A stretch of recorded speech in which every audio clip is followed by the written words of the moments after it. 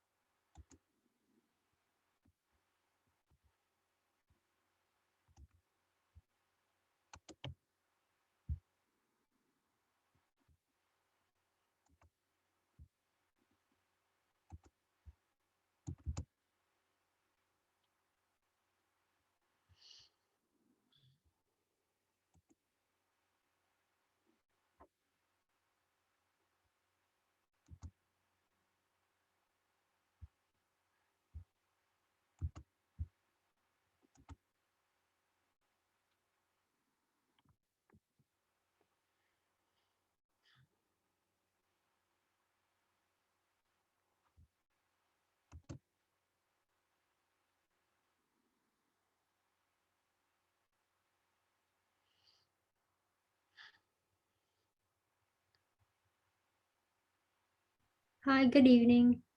Hello.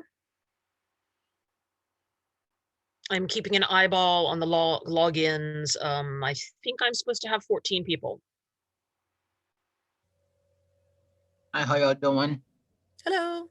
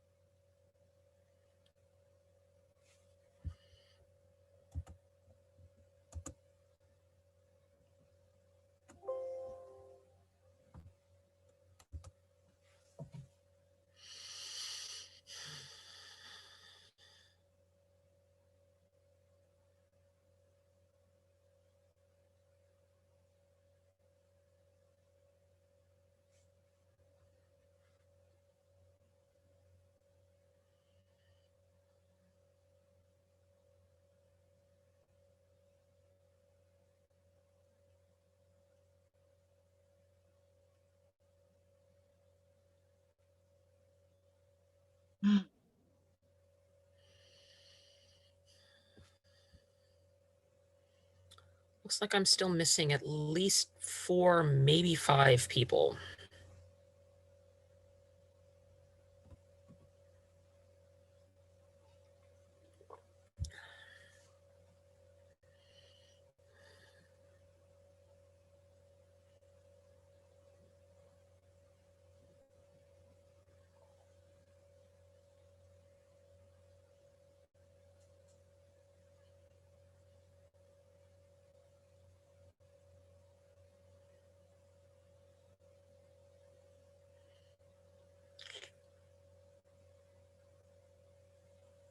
I know I posted the Zoom link in the announcement section, but I also posted it as a page option. I don't know if anybody had trouble finding. Yeah, I also got it as an email. Okay, I wasn't sure. I'm never sure how Canvas provides notifications. I think it sent it to Canvas as an announcement and also as an email. Okay, so Yeah, maybe when I create the class, it sends it as an email. Yeah, I think whatever announcement you put up, it also sends as an email to our account. Okay. And they keep changing things. It's like every month or two, they like wrangle something different. So it never seems to stay exactly the way it starts in the semester.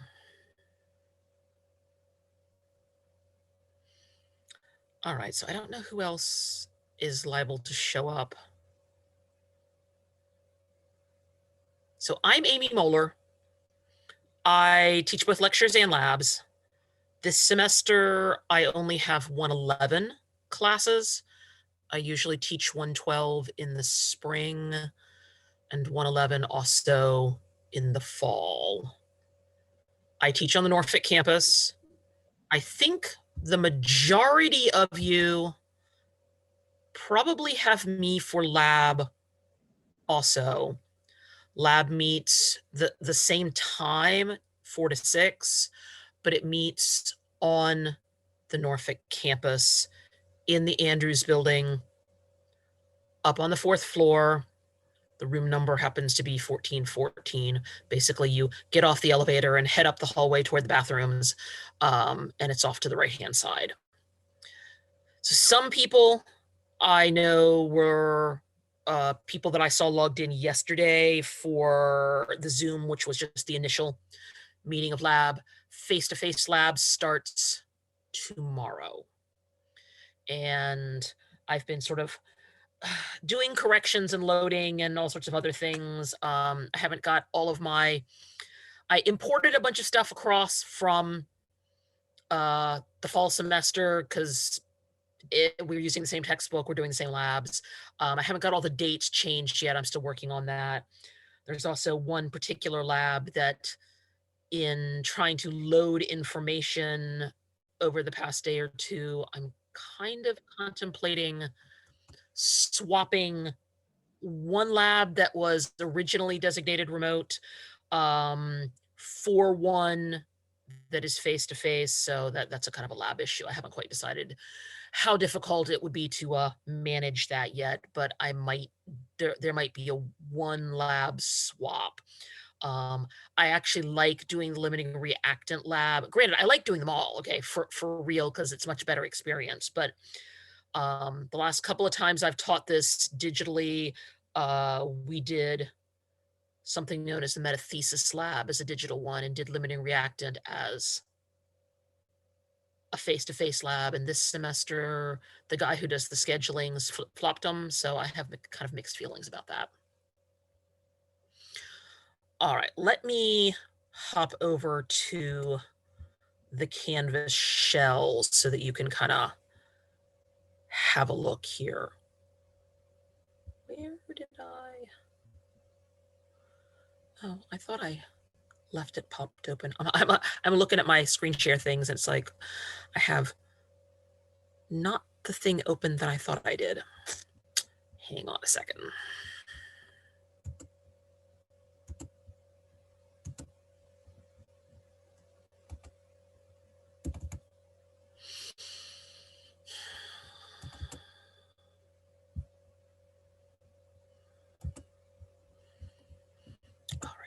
me share this. Oh, yes. All right, so when you open up your box on Canvas, this is more or less what you should be seeing. Some of these things are not turned on the bottom and don't appear on your shell. I do announcements fairly frequently, every couple of class periods. Sometimes they are reminders that have to do with labs. Sometimes they are reminders that have to do with specific things for lecture. I managed to get rid of all the 2020 due dates for the homework. I have not loaded new dates for the homework yet because part of that is dependent on how fast we progress through an individual chapter. And usually I don't set homework due dates ahead of time. I kind of do them as we progress through the semester. The modules thing here basically is if you pop this open, obviously it shows you all the stuff that all the canvases have loaded. And then I loaded all my homework so you can at least look ahead, even if you don't want to work ahead. And there's just a spot down here, which I haven't activated yet, that you can't see yet, that is for the lab grades, since that's a separate thing that has to get imported later. For pages, some of it appears in everybody's, like for all the classes, but there's a couple specifically that I have put in here. I think I successfully loaded all my notes for the semester. There might be tweaks as we go along, but this is the bulk of it. There are some handouts here that you might find helpful depending upon which chapter we're in.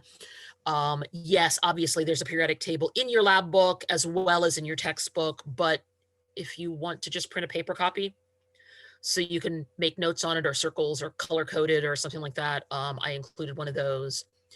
There's some additional nomenclature information as well as a couple of links to a website that I really like called Memrise. It's free. As long as you have an email address, you can utilize the apps there. There's an acid-base chemistry one. There's some solubility rules, which will become more important later. So those are handouts that you may want to have a look at as the semester progresses. Down here in the pages, I put the Zoom link, which far as I understand, and this seems to work for last semester, was the Zoom link should work all semester long. So every time we have lecture, you should be able to either, if you didn't get an email, you should be able to just hop over here to your Canvas link and pop down here, and it should show you down here. It's like, here's the Zoom meeting with a multi-digit code that's there, including the passcode and all that kind of thing. I have a quick question on the Zoom meetings. I was yes. looking at the schedule and it says like every other week. Or is it every No, week, Tuesday, that's- Thursday? No, it's Tuesday and Thursday every week for 10 weeks. I think I have not successfully activated all of the meeting events yet. I actually realized that earlier this afternoon because I was looking at next week and it was like, wait a minute, there's not, because it says meeting 1 out of 11. It's like, no, there's supposed to be 20 meetings of the class, one of which is actually just the final exam. So there should actually be hypothetically 19 meetings during the course of the semester. I will work on updating that. I think that's something that I haven't finished fixing yet. Okay, I was just making sure. Thank you. It's supposed to be Tuesday and Thursday Every from week. now through the 6th of August. Okay. And Thank actually, you. I don't think lecture gets hit by any federal holidays. Lab does. Lab gets hit both by Memorial Day and the 4th of July, which on the federal end is 5th of July. So yeah, lab gets hit twice by federal holidays. All right, so let me hop back over here. So yeah, there's so handouts, notes by chapter. Like I said, I think there might be some corrections later on. In fact, one of even specifically says corrected, because I realize things sometimes as I'm going through them. I no offense, but I hate lecturing on Zoom. I'm one of those scribble on the board people, and usually I manage to grab all my errors as I'm putting them on the board. We're still working on this problem. But all of them already preloaded there. This is basically the entire semester's worth of info. And then, so yeah, it's like, there's also a few video links, not a lot, but there's a few here in the beginning that you may find kind of helpful in terms of like atomic theory and a little nomenclature. I picked a couple molar mass ones. There's a couple of ones that have to do with gas laws. So feel free to go back and have a look through those. None of them are very long. Most of them are under 5 minutes. And hopefully that will maybe give you a little extra visuals to go with some of the other things. All right, let us talk about the syllabus.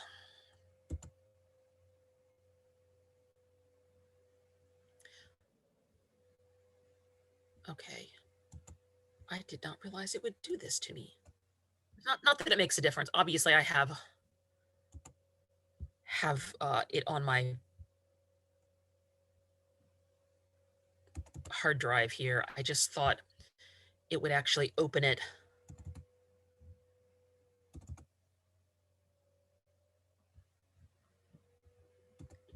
through Canvas, and it's being temperamental.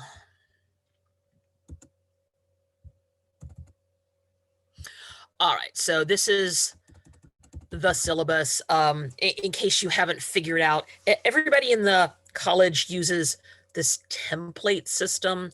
I have a serious love-hate relationship with this thing. It's good in some ways because it reminds you to do certain things, but it's also kind of problematic in that other things are hard to load. So yeah, we're all kind of stuck with using the same style of syllabus. So yeah, we are Tuesday and Thursday. This is a twice a week lecture.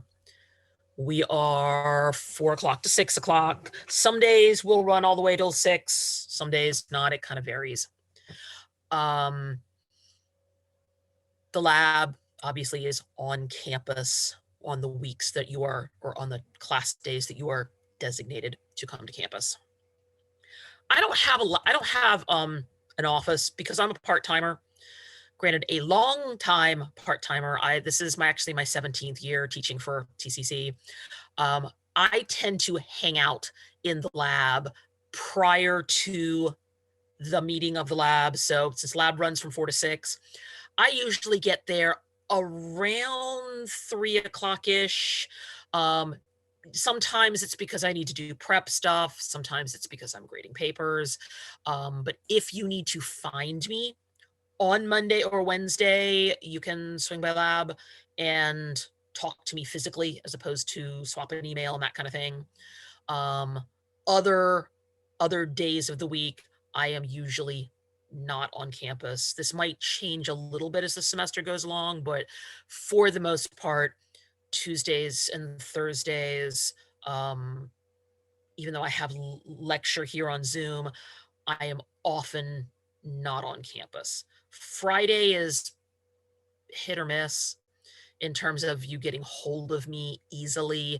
I have weird medical crap going on, which actually is a lifelong thing. That's not a recent thing. So some of my doctor's appointments are on Friday. So sometimes I am in DC on Fridays. So you can send me email. I may or may not be fast to respond on Fridays. And if you look up here on the little thing here on the side, if you need to get hold of me faster, because I only check my work email maybe a couple of times a day, usually once sometime in the morning and then sometime late in the afternoon before I either have lecture or lab. If you need to get hold of me a little faster, burning question or something like that, try my Verizon one. That's my regular, home email address. And I usually leave it popped open on my computer most of the day when I'm home. So you might have better luck if you need a faster reply on that. All right. So yeah, amolar@tccedu is my email address for work. There's all this stuff that I'm just going to kind of scroll through. So the prereqs really are only English and something akin to college algebra. There used to literally be a course designated college algebra. They've recently renumbered the math courses, and I actually think it's not titled college algebra anymore. I think it's called like algebra, statistics, and something or other. I think I have the number correct there. But basically, you need to be relatively comfortable with algebra to take chemistry. There's some blurbs here about the quantitative and scientific literacy stuff. Okay, and obviously you got to have internet in order to be able to do the lecture part, especially. I have a not hardback copy of the textbook. For some reason, the faculty got issued paperback ones. You can see the weird binding at the end, but this is essentially what it looks like. You don't have to have a physical textbook at all. They are a PDF download. And let me pop my share screen back open here. If you go to the email address or the address here that's listed, the OpenStax, okay, it's a giant PDF file. Because for one thing, the book itself is like 1,300 pages long. It's free. You can download it. You don't have to pay a cent for the textbook. If you want a physical copy, even those are not particularly expensive. And I think I am correct in quoting that if you want to buy them through Amazon, they're like $55, which in the world of textbooks is pretty dirt cheap. Your lab book has to be the one that is designated for the Norfolk campus. So it should look like this. We've got Norfolk only here. Okay. It's actually not a very thick book and covers both 111 and 112, including some additional handouts that happen if you take 112. So that one also is not tremendously expensive. It's somewhere on the order of $50 to $60. You might, uncertain about this, have to go to the MacArthur Mall bookstore to get the lab book. I'm not certain if the other campus bookstores carry our lab book.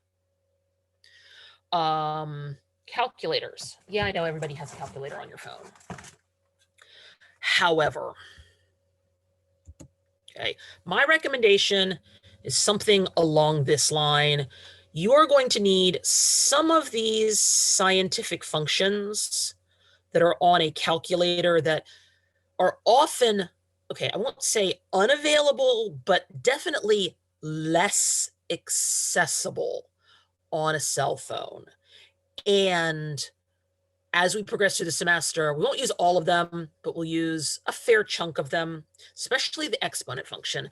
So I hate TIs. I know that sounds weird coming from somebody who's a scientist, but TIs are just crap because they are not designed for scientists. They are actually designed for business people. So anything that is an exponent is usually a second or a third function on a TI calculator. I am exceptionally fond of Casios and Sharps. This is my El Cheapo Casio here. It has a little times 10 to the X key here.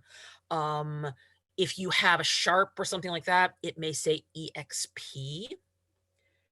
If you own a TI, do not use the caret key.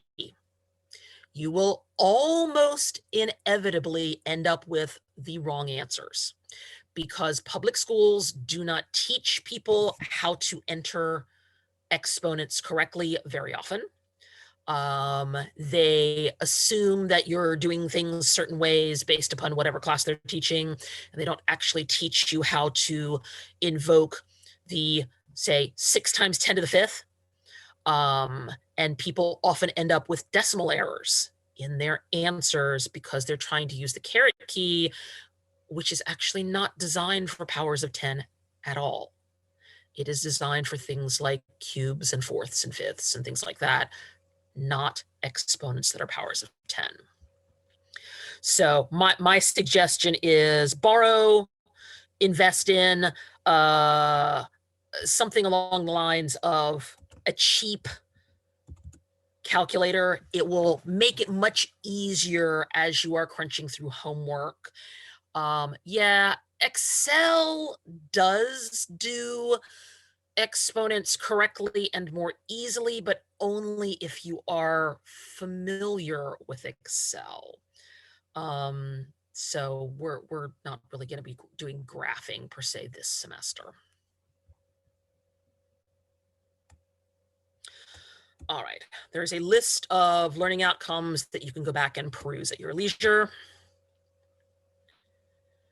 All right, nitty-gritty stuff. We have 4 tests. They are essentially every 2 to 2.5 chapters. What will happen at the end of the semester is if you took all 4 of them, I will drop the lowest one. If you missed one, that will become the one that is dropped. That makes each of those countable tests worth 15% each, which makes your grade have a 45% component for tests. Graded homework, of which is already loaded to Canvas, is 13%. Before we all had to be digital, it was just a flat 15% because the discussion was actually based upon seeing people for real. The discussion is a very tiny slice of this, mostly to try to foster a little bit of interaction between both me and you and each other. So little tiny slice. Discussion topics pop up every week or 2. Sometime, like the first one that's posted right now is basically just kind of a, hi, I am whoever. Tell me, I have a cat or something like that. Sometimes it's has to do with specific topics. Sometimes it has to do with current events. For instance, Virgin Galactic actually managed to successfully deploy their spacecraft into low Earth orbit about a week ago. So tangential sciencey things will sometimes pop up. Because we are a community college, specifically a Virginia community college, this is a 4-credit class. Lab is not a separate grade. Most of you have me for lab. There might be a couple people who have somebody else, either Mr. Wheaton or maybe Mr. Seniak. If you have somebody other than me at the end of the semester, they will just email me your lab grades. Lab counts 1/4 of your 4-credit class, so it counts 25%. And the exam is not bottom heavy, meaning that it is not worth more than any of the other tests. However, it does fall in the category of it is not optional and it cannot be your dropped grade. You can't take the other 4 tests and then ditch the final. Okay, the final is a requirement. Standard 10-point grading scale. Departmental policy is you can't flunk lecture and pass lab and still pass the class. Graded homework, okay, it's loaded to Canvas. You're going to be turning it into me via Canvas. You can upload this as a docx, a PDF. Every now and then I have somebody who has temperamental internet connections. If you can't get it to load to Canvas, you can send it to me via email, which works also. It just means I can't put comments on it particularly easily if it's submitted by traditional email as opposed to the Canvas system. But I did have one student last semester who, so there was something odd about the way her setup occurred for this. So she ended up sending me all of her homework via just regular email. My suggestion also is when you save your homework, put your last name as part of the file option there, only because if there is any sort of wonkiness in the submission via Canvas, I can tell who it came from. So that's just kind of like a backup plan there. I usually leave homework submissions set by the Canvas default of turn it in by 11:59. That's what it pops up for me. I can put some comments.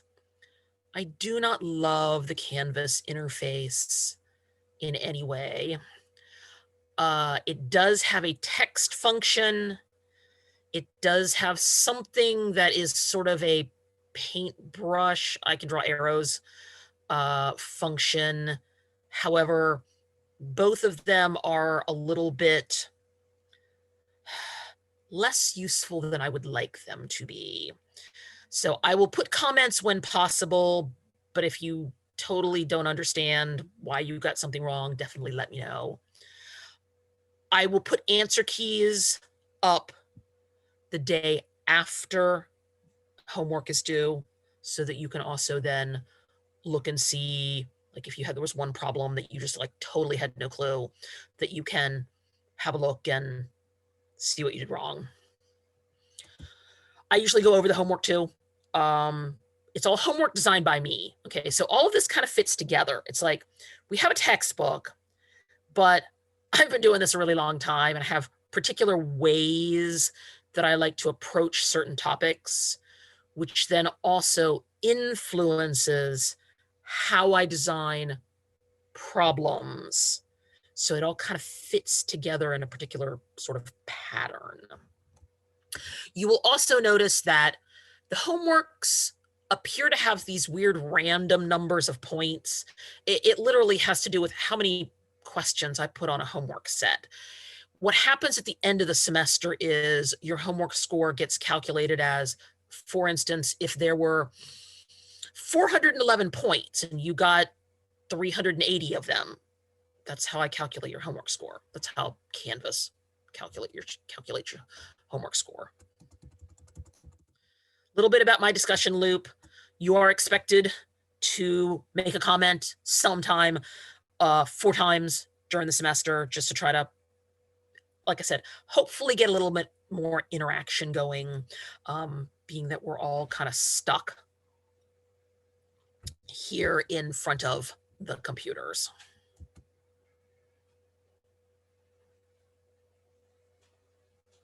Oh, somebody asked me a question about Lewis structures.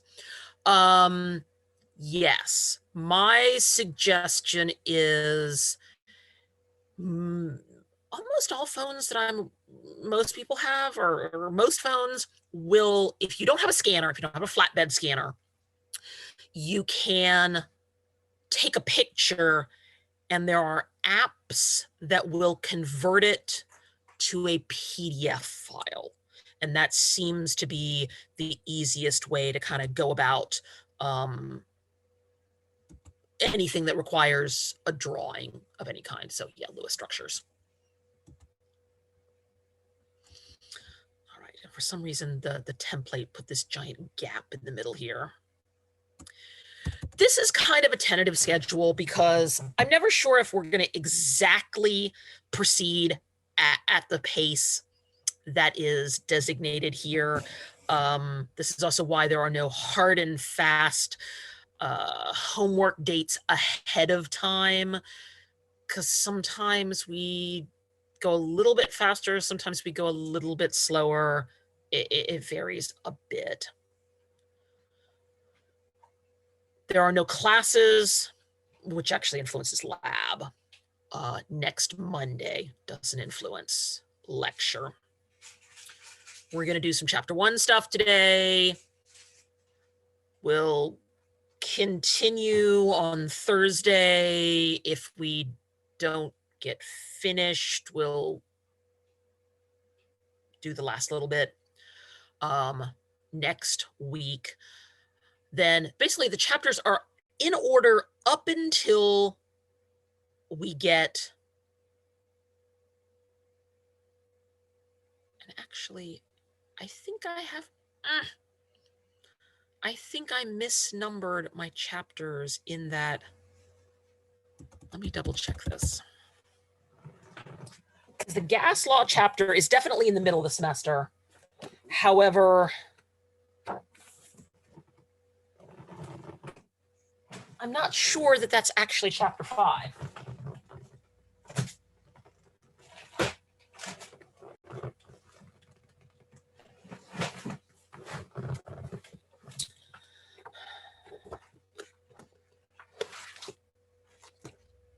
Yeah, actually, I have these numbered incorrectly.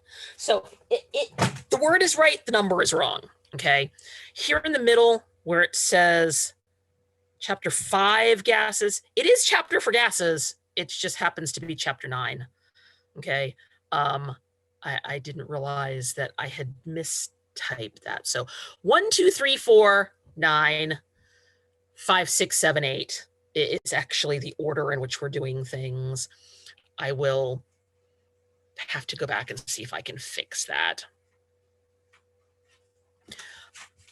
Yeah, like I said, I periodically end up figuring out that I goofed something after I talk about it. All right, standard COVID stuff. Since a lot of you have not been to campus yet, there is when you walk into the science building, over on the right-hand side where there's an information desk, there's this little gadget. And as you come in, you are supposed to tap your student ID onto that little black box that is sitting there on the information desk so that it registers that you have entered the building.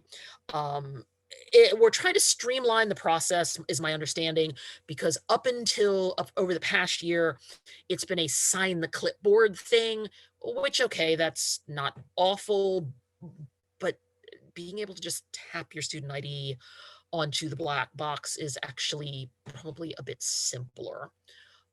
So when you come to campus to take lab, be aware that you need to do that. If you miss a face-to-face lab, it may be possible to make it up, but if you do not make it up, you cannot turn in a lab report for it. Okay, this is pretty much across the board true. I know that it's my policy, and I don't think that any other of my colleagues are doing it differently at the moment. I'm not sure, but I don't think so.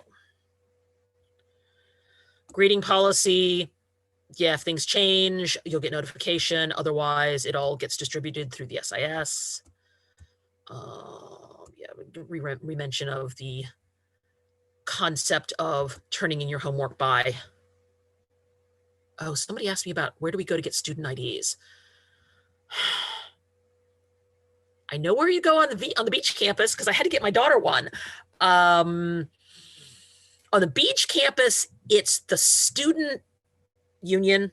That's the building with the moat. Okay. On the Norfolk campus, I believe it is also the student union, which is the building with the wavy front to it. I'm not sure if that's where they're still doing them. You might have to inquire. Yeah, as far as I know, you can go to the beach campus because especially since we're all part of the same network, it should not matter where you get your student ID. My daughter, like I said, we went to the student union building there, the building with the moat, on the beach campus, and because she does not own a driver's license, because she just turned 18 and, well, we never kind of did that thing, we took her passport because that's her only legal ID to prove who she is. However, I will presume that the majority of you probably actually have driver's licenses, and you can just show it to the people there at the ID office and they take your picture and you stand around for about 6 or 8 minutes and they print it and laminate it and hand it to you. It has your student ID number on it, that 7-digit code, as well as your picture, and it has the magnetic strip in it. So that's what allows you to get in and out of the buildings. Professor? Yes. I'm sorry to interrupt you. If okay, so tomorrow, I have work and then I have to go to an appointment and then I'll go to lab. I don't know what time the ID place closes, but do you think I'll be able to get into the building? My understanding from passing into because since I zoomed from the building yesterday, is that if you don't have a student ID, then you have to sign in on the clipboard. Basically, it's not that they don't let you in. It just if they have a different way to track that you have entered the building. Okay. That's the best. That's what I know. I think. I think you can still use the clipboard to sign in. Yeah, I think if you don't have your student ID with you, or if you, for instance, my daughter, who was a dual enroll this past year because she was a senior, and she took a class in the fall, and then she took a class in the spring, and we never actually made it to the campus until about February of this year to actually get her a student ID. So she was kind of in the same quandary. But because things are sort of relaxing, I think that they are being a little bit more generous in the hours that the ID offices are open, especially this week. At least that's what I was led to believe. Whether or not that's correct or not is debatable, but I think so. Okay. Thank you. All right, so yeah, back to the due dates at midnight for homework and actually for lab too. Late homework, weekends don't count. Weekdays, it's 10% per weekday. If you think you are going to be dramatically late, notify me, send me an email or something. If you have something difficult going on, work-wise, kids-wise, that kind of thing, let me know. Keep me in the loop. Show your work. And like I said, my homework is designed to help you in the right direction toward understanding the way the tests are constructed, which is not quite as one-to-one as it used to be, because right at the moment we're doing tests on Canvas 2, which I really hate. But I've tried to design a lot of the questions to kind of dovetail with the homework sets. And everything that you want graded must be turned in by that final day when you take the final exam. I may or may not be leaving the country. So I would definitely be unavailable if I actually managed to pull this off. So check Canvas. There's my other email, which is also at the top of the page. Like I said, sometimes you'll get hold of me within like 20 minutes. Okay. Other times it may take me a little while to get back to you. Hopefully I will see the majority of you in lab every couple of days or so. Attendance policy really only applies specifically to lab at the moment. Lecture is definitely more of a problem. Some of this is rehashed because it keeps when you design the template or when the template pops up that I have to put all this stuff into, a lot of times it will prompt me for the same thing more than once. So some of this is kind of repetitive. It is summer. Every now and then we have hurricane issues. So if weird weather happens, keep an eye on the TCC website, and you can decide if you want to register for the TCC alert thing, which, and this is a horrible, horrible thing to say, also may provide you notification if there's an active shooter on any of the campuses.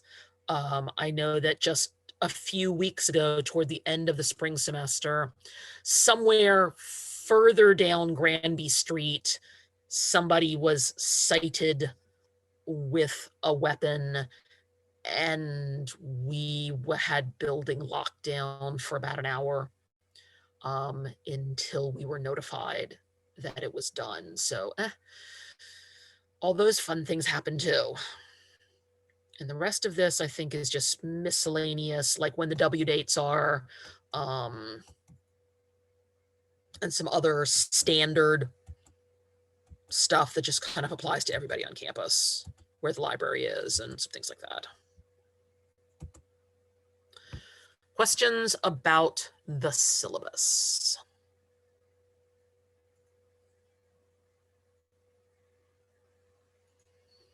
All right, let us take about a 10-minute break.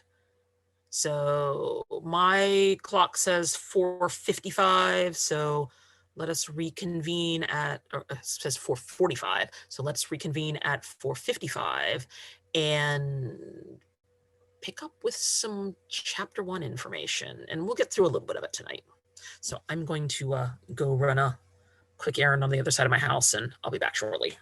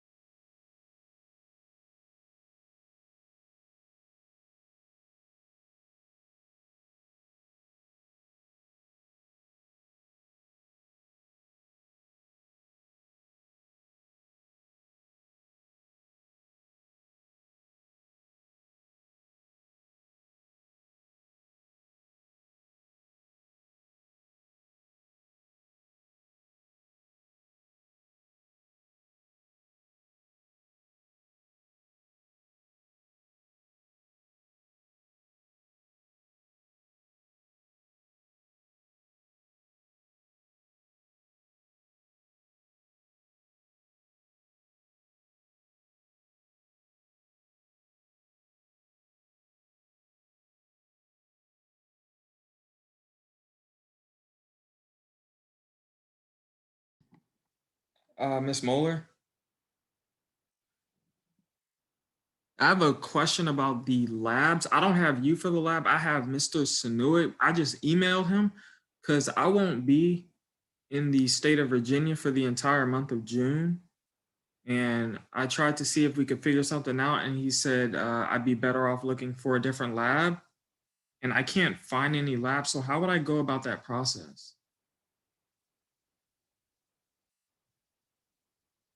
Hang on, I just realized I was on mute. I do not have a good recommendation because being that the summer semester is only 10 weeks long, I am sorry to say that our advice is usually drop the class. All right. If I drop the lab, do I have to drop the lecture as well? Yes. Yes, there you can't take one without the other. The Virginia Community College system is not designed to allow you to take a lecture only. You have to take them as a combined pair. For instance, okay, I know that this is not exactly what people are doing right at the moment, but sort of. I unfortunately frequently have had people come to tell me, oh, well, I'm going to Disney World for 3 weeks. And my advice is the same, drop the class. When you miss more than 2 weeks of class, it is usually unrecoverable in a summer semester. Okay.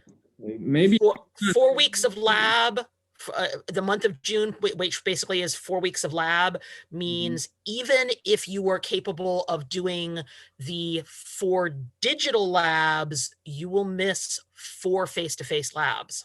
Yeah. And all right, is that all of them for all the labs? Yes.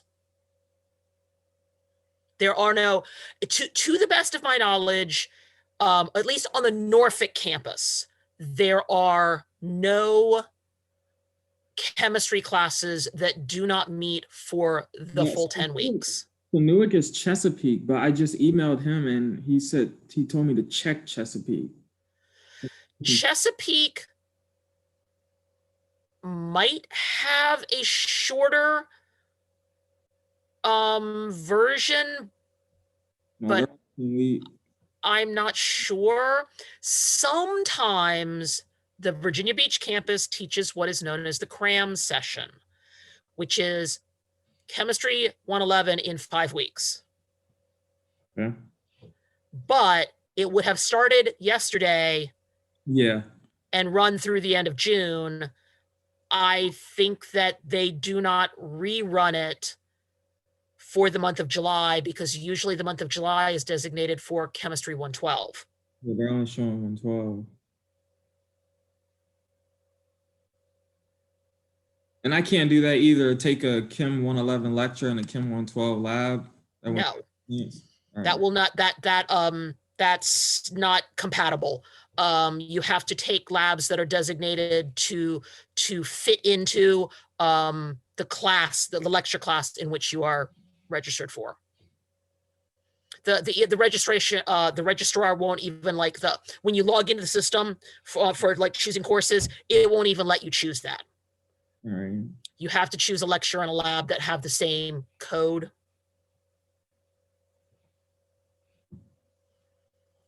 Summertime is a really difficult time period because even with the full 10-week course schedule, missing a month is pretty much impossible. I do not have another good option to recommend.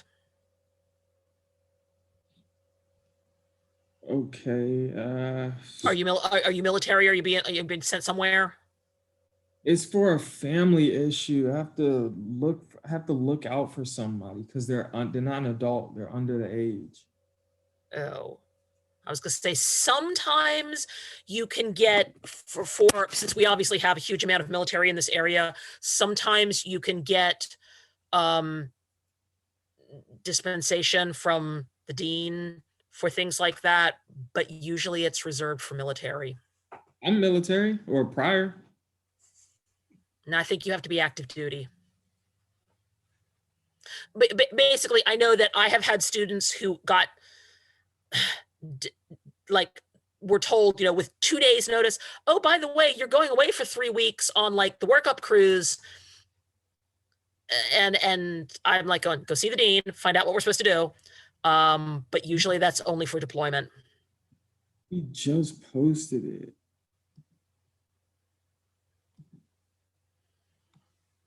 So I'm not sure I have a better set of advice for that.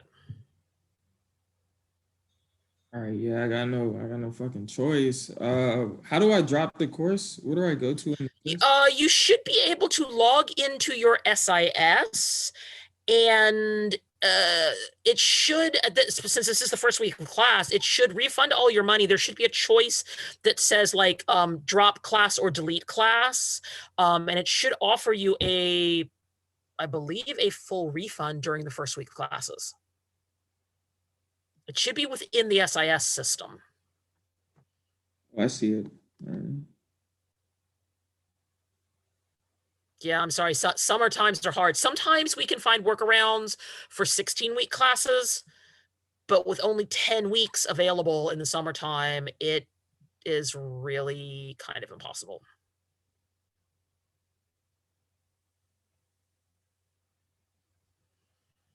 And for financial aid, you have to have so many credits too, right? I think that depends upon your financial aid plan. I know next to nothing about that. You might want to wait till tomorrow morning and see if you can contact somebody in like the business office. They might be able to give you more information about the financial aid plans.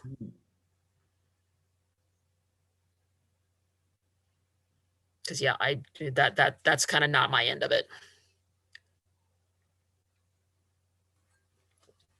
Incompletes don't even work either way, because incompletes are, you have to complete 60% of the class prior to being eligible for an incomplete. So for the month of June, we will have only completed roughly 20% of the class. So it doesn't even kind of work from that end of it.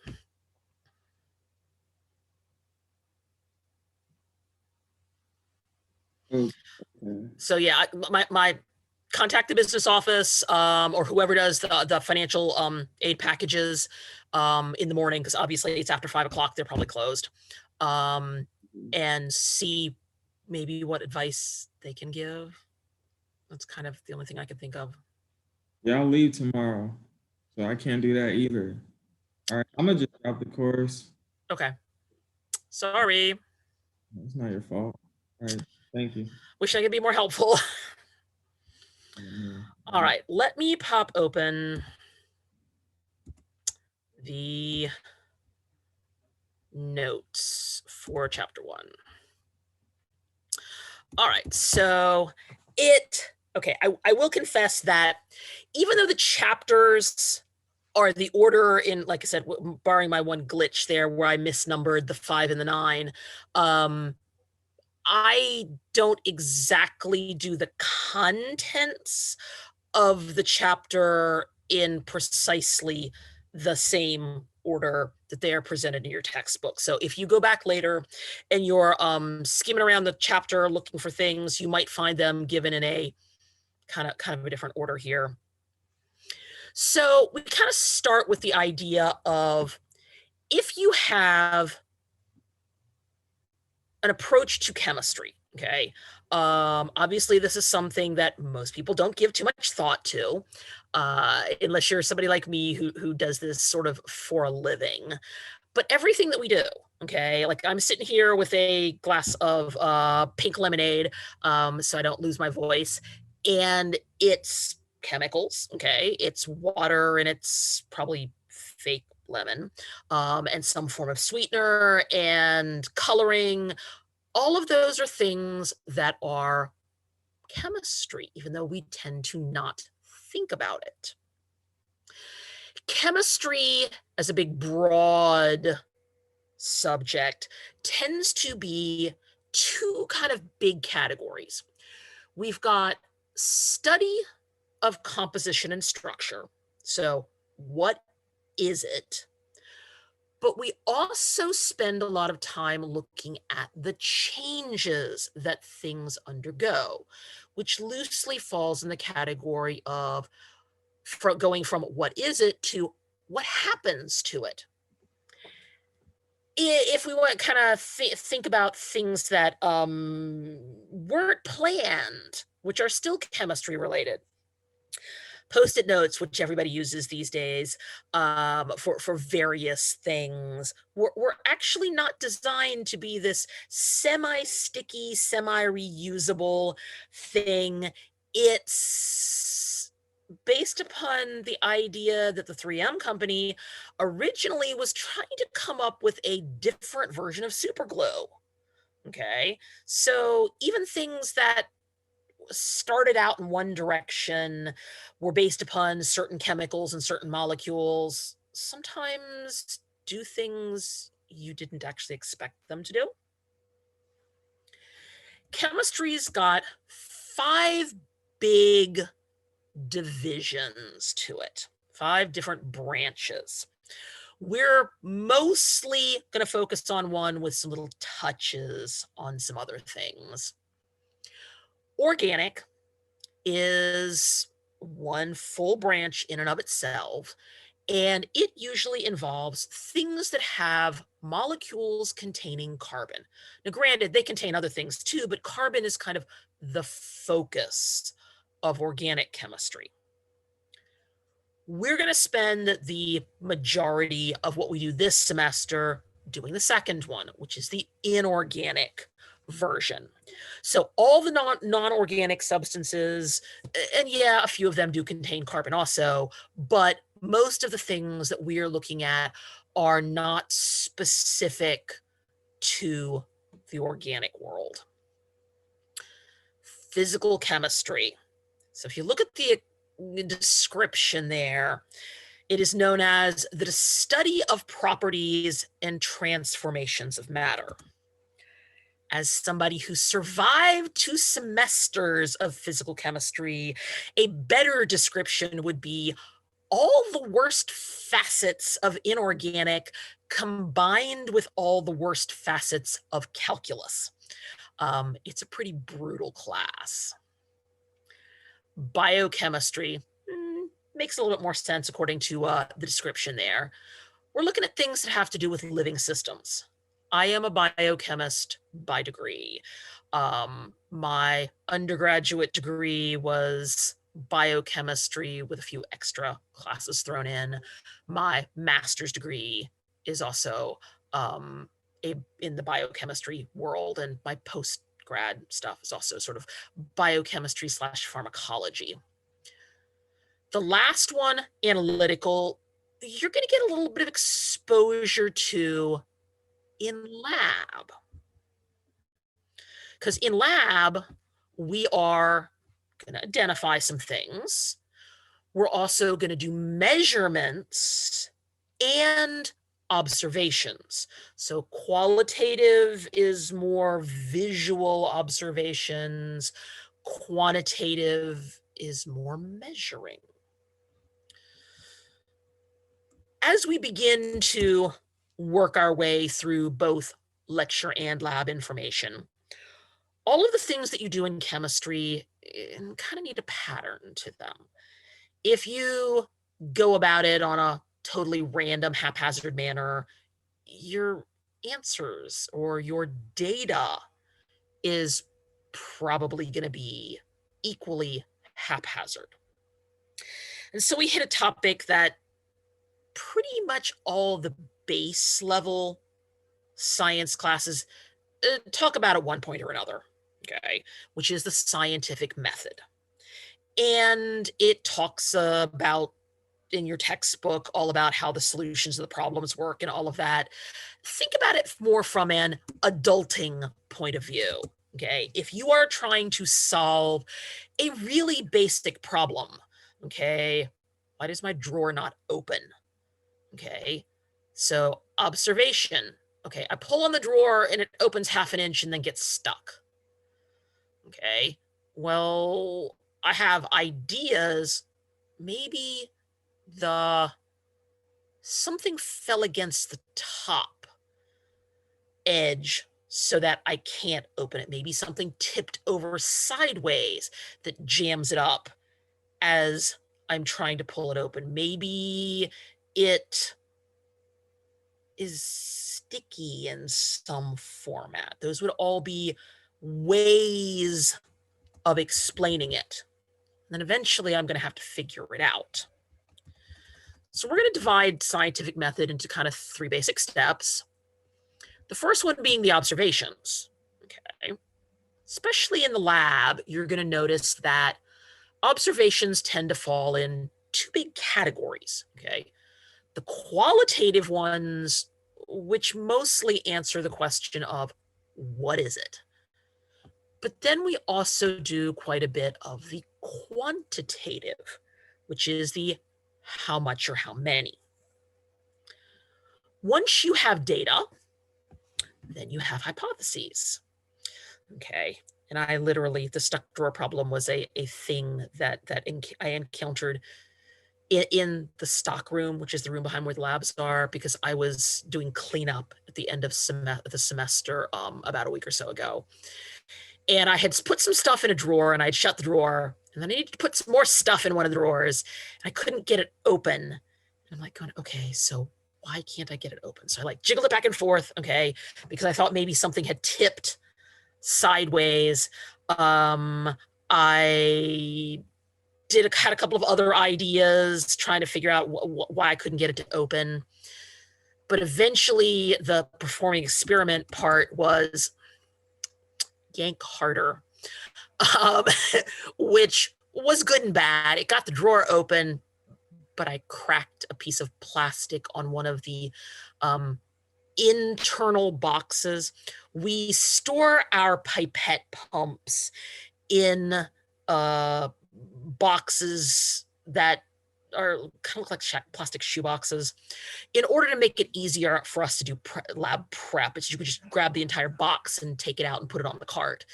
Well, because when I had put some stuff away, I had inadvertently let one of the pipette pumps fall over the edge. It had raised the bottom of this plastic shoebox, and basically the only way I could get it open was to force it and crack the shoebox. So, which then needed, of course, for me to buy a new shoebox to place the pipette pumps in. So, but all of that's adulting. Okay, all of that is adult level problem solving.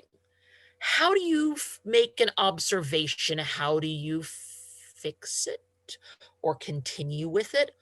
All of that is various versions of problem solving. But I had a method, okay? I had observations. I tinkered with it. I performed experiments. I had hypotheses, okay? All of those things kind of fit together. Okay. Once you have a bunch of hypotheses, and either you proved, yeah, I was right, or you proved I wasn't right, you eventually get around to something that falls in the category of theory or model. Now, depending upon if you're like scanning through other textbooks or websites, some of them prefer the word theory and some of them prefer the word model. But the idea that you tested the hypotheses is what you're shooting for there. It eventually gives you an overall explanation, or it proves you're right or it proves you're wrong by the time you're like have all your data. My husband is an amateur rocket aficionado, and so we spend a lot of time watching the SpaceX launches. And in case you are unaware, they have been working on the rocket style that is eventually, hopefully, destined to carry a manned space a mission to Mars. And for about the past 2 years, they launched it. And actually, it makes better sense if I grab an ink pen here and kind of show you. Actually, how about if we do this? Since I have handy visual aids. So rocket, okay. So launch rocket. The idea was that as you then tipped it sideways, it then developed into free fall up to a certain point, and then you fired retros and it was supposed to right itself and then come back down and actually rest on the pad at the end. Okay, they've perfected this for the little ones, the ones that are launched up to the ISS. However, the bigger one, I think they launched 11 of them. Most of them, they got to launch, that was no problem. They got to this point, that was no problem. And then it went kablooey, okay? Or in one case, it kind of came down at this weird angle and hit and then tipped over and went kablooey. So basically, their experiment hypothesis loop kind of went round and round and round in many phases before they finally had a success. All of that is in the vein of using a scientific method, coming up with models, tinker with it, figure out what works.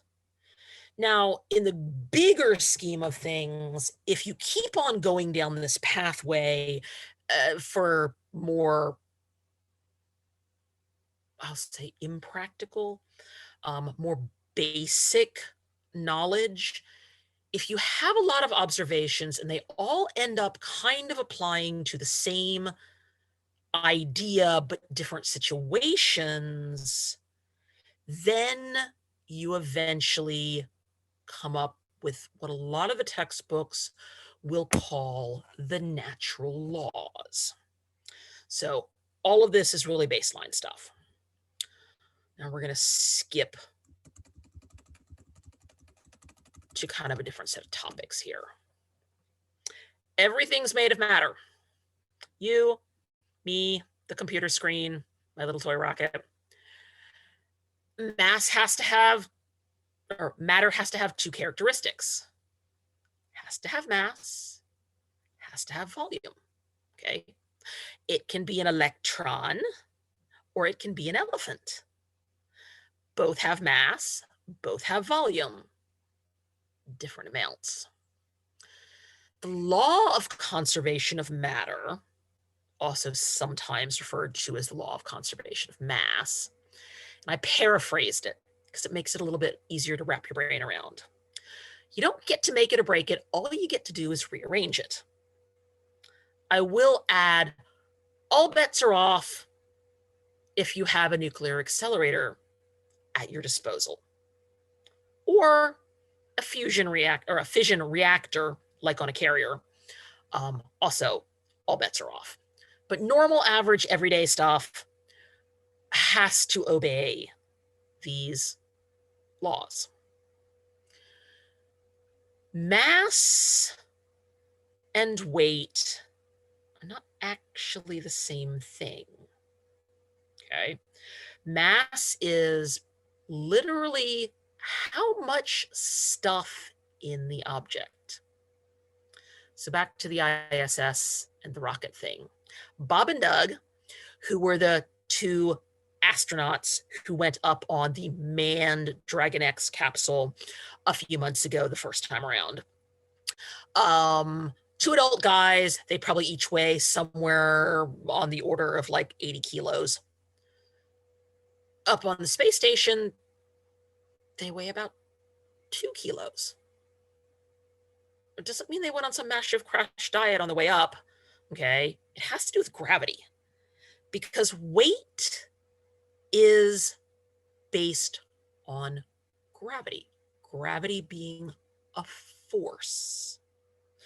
I just spent an entire semester coaching my son who is in the mechanical engineering program through Physics 1.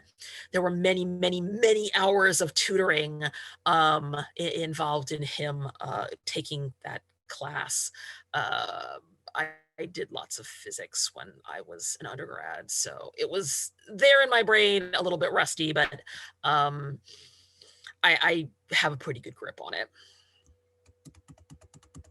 Let's segue into states of matter. We're gonna mostly just kind of look at the three main ones. We're gonna ignore plasma, gas, liquid, and solid. Things that we obviously have some grip of as an adult, but think a little bit deeper about what the facets of those particular states of matter tend to involve. If you have gas, it has no definite shape, okay? You can put gas, you can put helium in the Mickey Mouse balloon, or you can put helium in the long, skinny party balloon. It might even be the same 800 mils of gas. It takes the shape of the container. It also has no definite volume. If you have an air compressor, you could take 800 liters of air and compress it down into a scuba tank. Now, liquid shares one of those characteristics. We've got no definite shape, but liquid does have a definite volume. All right, so back to my cup here, okay? If we think about this, it has about 60 or 70 mils left of liquid in it. Also, think about the fact that the liquid is at the bottom of the container, okay? So I can kind of slosh it around here, and unless I slosh it really hard, it's going to stay in the container, but it's not going to change volume unless I do something like spill it or drink it, okay? So those things are true of the liquid. Solid has the least flexibility. Definite volume. And I just realized I left a word out. Like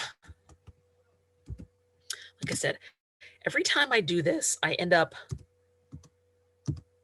figuring out that there's something that I slightly glitched in terms of my notes, because anyway, so definite mass and definite volume. The other thing we can think about is the distance between the molecules, okay?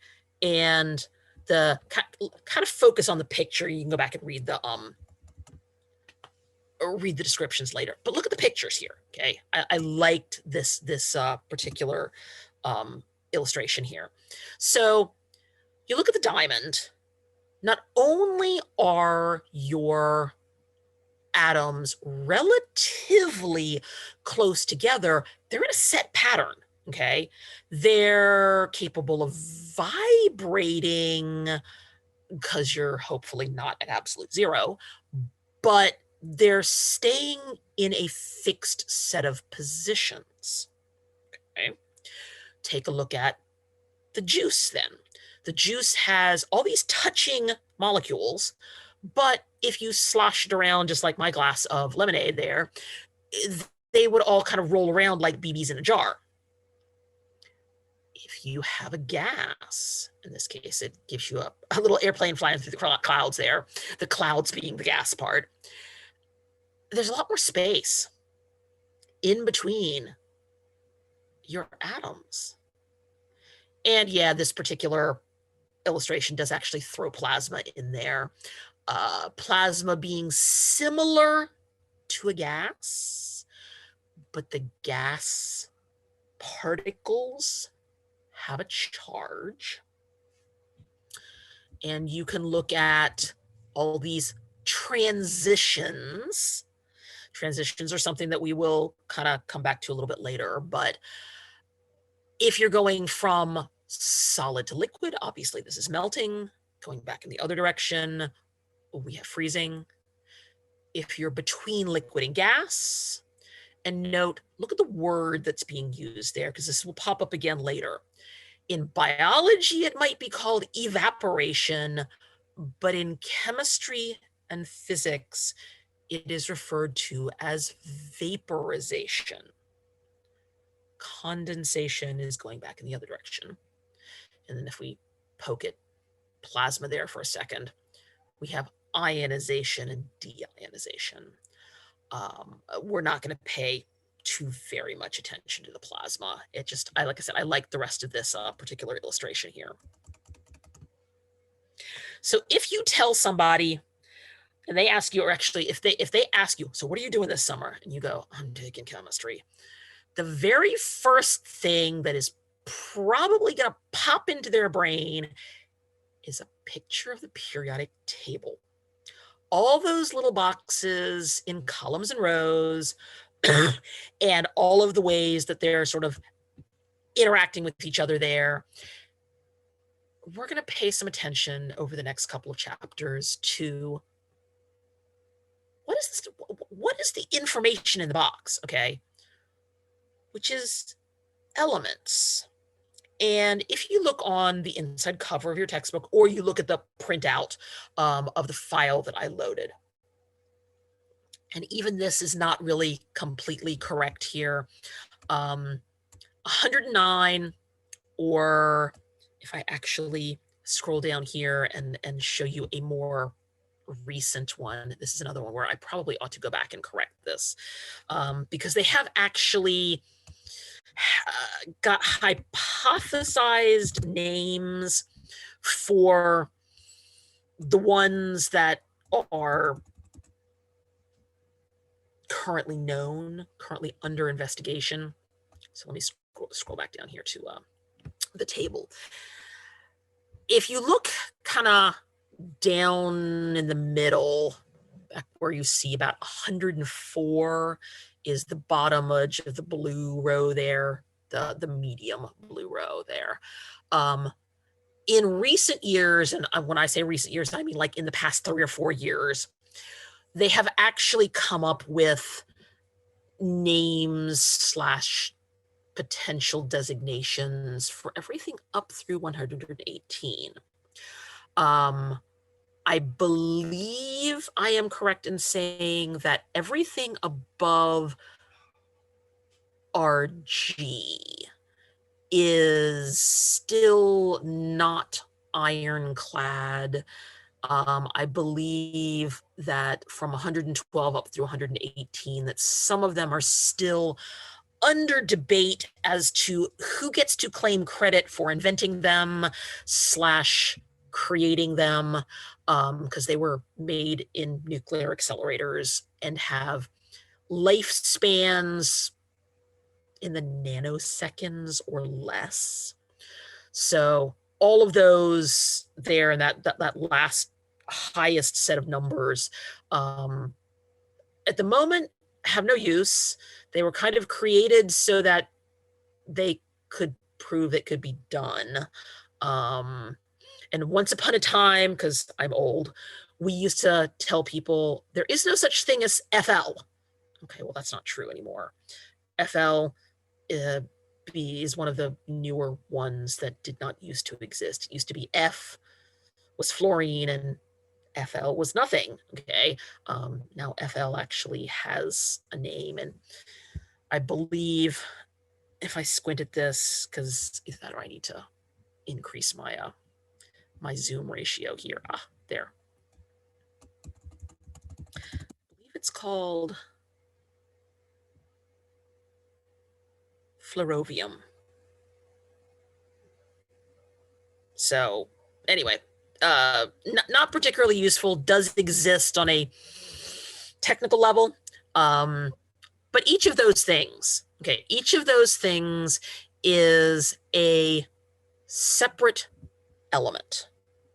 We are mostly going to focus on the ones that are below 100, okay, are up through number 100. So each box is an element. We will say cannot be changed into a simpler thing under normal laboratory conditions. All bets are off unless you have an accelerator. If you have an accelerator. The atom is the smallest part of the element.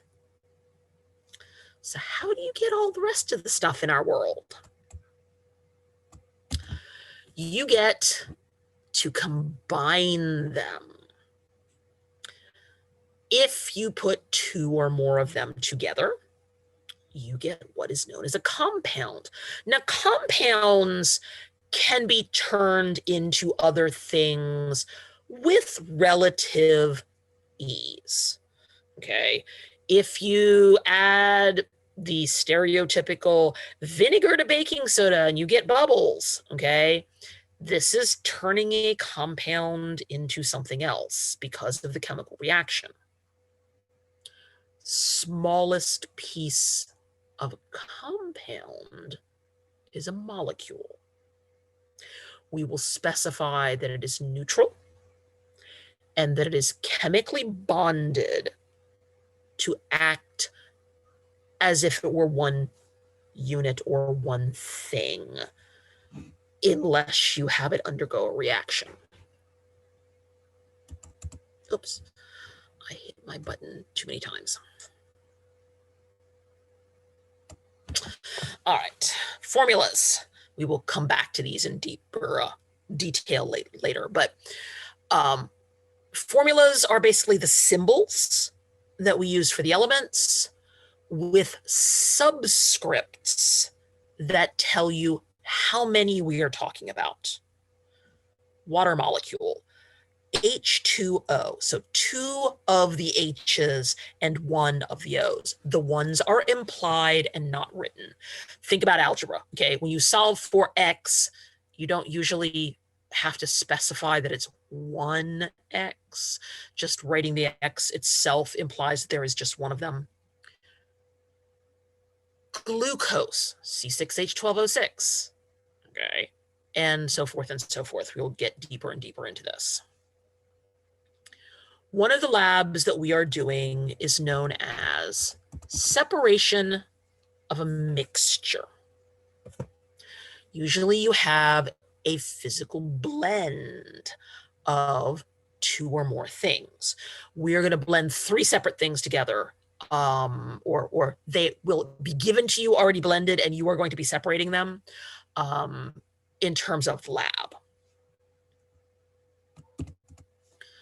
A soda, okay? Coke, Pepsi, RC, Dr. Pepper, Sprite, Mountain Dew. All of those are sodas. All of them have differences, different colors, different sweeteners, different flavors, yet there are some basic overall things they have in common. Mixtures usually fall into 2 big broad categories. There's the heterogeneous ones and there's the homogeneous ones. Okay. Don't try to obsess about this. People sometimes get really hung up on the, well, how far down am I supposed to look? Okay. Don't try to dig too deep into this. So one of the things that's true about the heterogeneous ones is the composition and the properties of your mixture are not uniform. Okay. Jello salad, which I think is nasty, nasty stuff. The whole dump the fruit cocktail into the Jello thing. Okay. If you stick your spoon in one side, you might get pineapple. Okay. If you stick it someplace different in the bowl, you might get a piece of pear. Okay. But it varies depending upon where you stuck your spoon. This is part of the idea of it not being uniform. Okay. How about you go down to the ocean and you just scoop up some water without the sand, okay? The water, the salt water is relatively uniform, okay? Or if you stir some salt into water until it dissolves, the top is basically going to be the same as the bottom. And that makes it homogeneous. Composition and properties are the same all the way through. We will, through various parts of the semester, be involved in looking at solutions. And again, I realized I have a misspelling here. Solutions, usually people think of, okay, something solid dissolved in something liquid, which is true. It is, however, not the only truth. Whipped cream is a solution because you have a gas in a liquid. Fog is a solution, liquid in a gas. And weirdly, technically, egg white is a solution too because you have a solid, which is the albumin proteins, in a liquid. Okay, and yeah, it gives you that weird slimy stuff, but it's still actually a solution. One of the things that's true about mixtures is you can usually get them to separate. We are going to be using heat to induce sublimation, as well as the ability to dissolve and separate and then heat to dryness as ways to separate our three substances when we do that particular lab. What if it's not a mixture? What if it's a pure substance? Okay. Pure substances usually can be relied upon to have a uniform and definite composition. So for instance, water. Did it come down as rain? Did it come from your faucet when you turned it on in the kitchen? Did you take some of that water that you dipped out of the ocean and you distill it to get rid of all of the salt? It's still water. It's still H2O. Some of the things that we use in lab are pure substances. Some of them are mixtures. You can kind of make a judgment call as to which one is which by looking at characteristics. If you look at several different samples and they all appear to have the same, and they all have the same characteristics, then chances are it's a pure substance. And again, I have all these typos because I start typing and leave out letters. Water always has 2 hydrogens and 1 oxygen, okay? It always has the same composition no matter where it came from. Pure substances are something different if you break them down. You can break down water, okay? You can turn it back into hydrogen and oxygen by doing a process involving electricity known as electrolysis. But then it's not water anymore. Then it's hydrogen gas and oxygen gas. So kind of roll those ideas around when you think about what a mixture is versus what a pure substance is. I have one more topic I want to cover tonight, which is properties. So properties help us tell the difference between things. If somebody hands you a glass of colorless liquid, and challenges you to drink it. You might want to consider what its properties are, because think about all the different things that are liquid and colorless. Okay, obviously water is one of them, but so is white vinegar, so is acetone, so is high octane gasoline. All of those other things being things you would not want to drink. Okay. So properties help you figure out what things are based upon their differences. I gave you a list here. Some of them are probably more common words to you than others. Clarity. So can you see through it, or is it cloudy? Color. One particular lab that we are doing this semester, colors make a very big difference as to the identity of the metals that are present. Nickel is green, copper is blue, manganese is brown, chromium is yellow, orange, or red, cobalt is pink.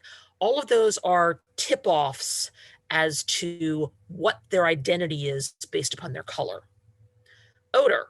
Okay, back to the somebody hands you a glass full of clear liquid. Okay, colorless liquid. Smelling it might be step one, because smelling it would tell you, did they give you water, or did they give you rubbing alcohol or vinegar? Okay, the smell alone, the odor, would be a tip-off. Texture. Pure metals tend to be smoother, and they tend to be more lustrous. Lustrous means shiny. Hardness. Now, granted, hardness is more of a geological criteria if you're studying rocks, but hardness also applies to metals. Certain metals are harder than others. Viscosity, a word that gets usually associated with oil commercials when they're trying to tell you to buy, like Pennzoil or something for your car. Viscosity is thickness of your substance in terms of pouring. Honey is more viscous than water. Melting points and boiling points and densities. Those physical properties actually have numerical values attached to them.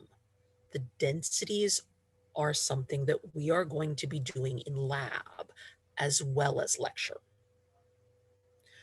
Note, one of the things that we said back at the beginning when we were talking about scientific method is observations can be quantitative or qualitative. So if you can describe it as a word, we are probably talking about something that is more qualitative. If you can describe it by a number, we are talking about something that is more quantitative. Two other words that you will run across a little bit is extensive versus intensive. So an extensive property, it changes, okay? If I give you a tablespoon of rubbing alcohol, it probably has a volume of about 15 mils. If I give you an entire bottle of rubbing alcohol, it probably has a volume of about 300 mils. Intensive doesn't change with amount. Density. If I give you, back to the rubbing alcohol, if I give you a teaspoon of rubbing alcohol and you determine the density, it should be the exact same density as if I gave you the whole bottle. Okay. Melting points, boiling points, densities, refractive index. All of those are things that do not change with the amount of substance. So we will continue onward with more bits of chapter 1 on Thursday. Is some of you I will see tomorrow in lab. Some of you I won't see because since there are no labs next Monday, Memorial Day. Some of you I will see the following Wednesday for basically doing the same lab, which is experiment 1. So some people are doing it tomorrow, which is the 27th, and actually no, 26th. I'm reading my numbers wrong here. And some people will be doing experiment 1 on June the 2nd. I have one question. Yes. I was looking at the note you was using. I see it's different from the one on Canvas. Is it possible to have access to the note you use? Did I not load? I thought I loaded the same set. It's not the same, but I think it misses some stuff like the graphics you have on it is different.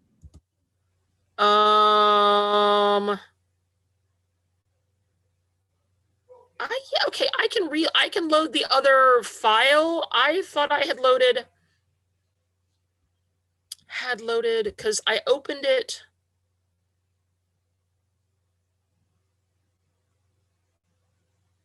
I thought yeah, okay. I will have to see if I can load the other one. I thought I had opened the one that I can't open it directly on Canvas because it gives me this weird error if I try to do share screen on it when I open it in Canvas. So I had just pulled it up from my files. I don't even know where the other one is.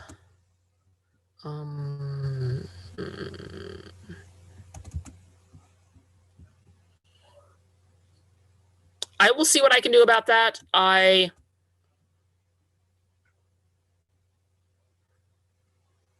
All right. thought I had loaded the other ones. Okay. And about the lab tomorrow, and I know that you divided the class into 2 groups. So the lab tomorrow, is it gonna be for group B? So experiment 1 for May 26th is group A. Okay. And then group B ends up doing experiment 1 on the 2nd of June. Oh, okay, perfect. Thank you. All right, and I will see some of you tomorrow, and then we will have lecture again on Thursday. Okay, thank you. Bye. Thanks.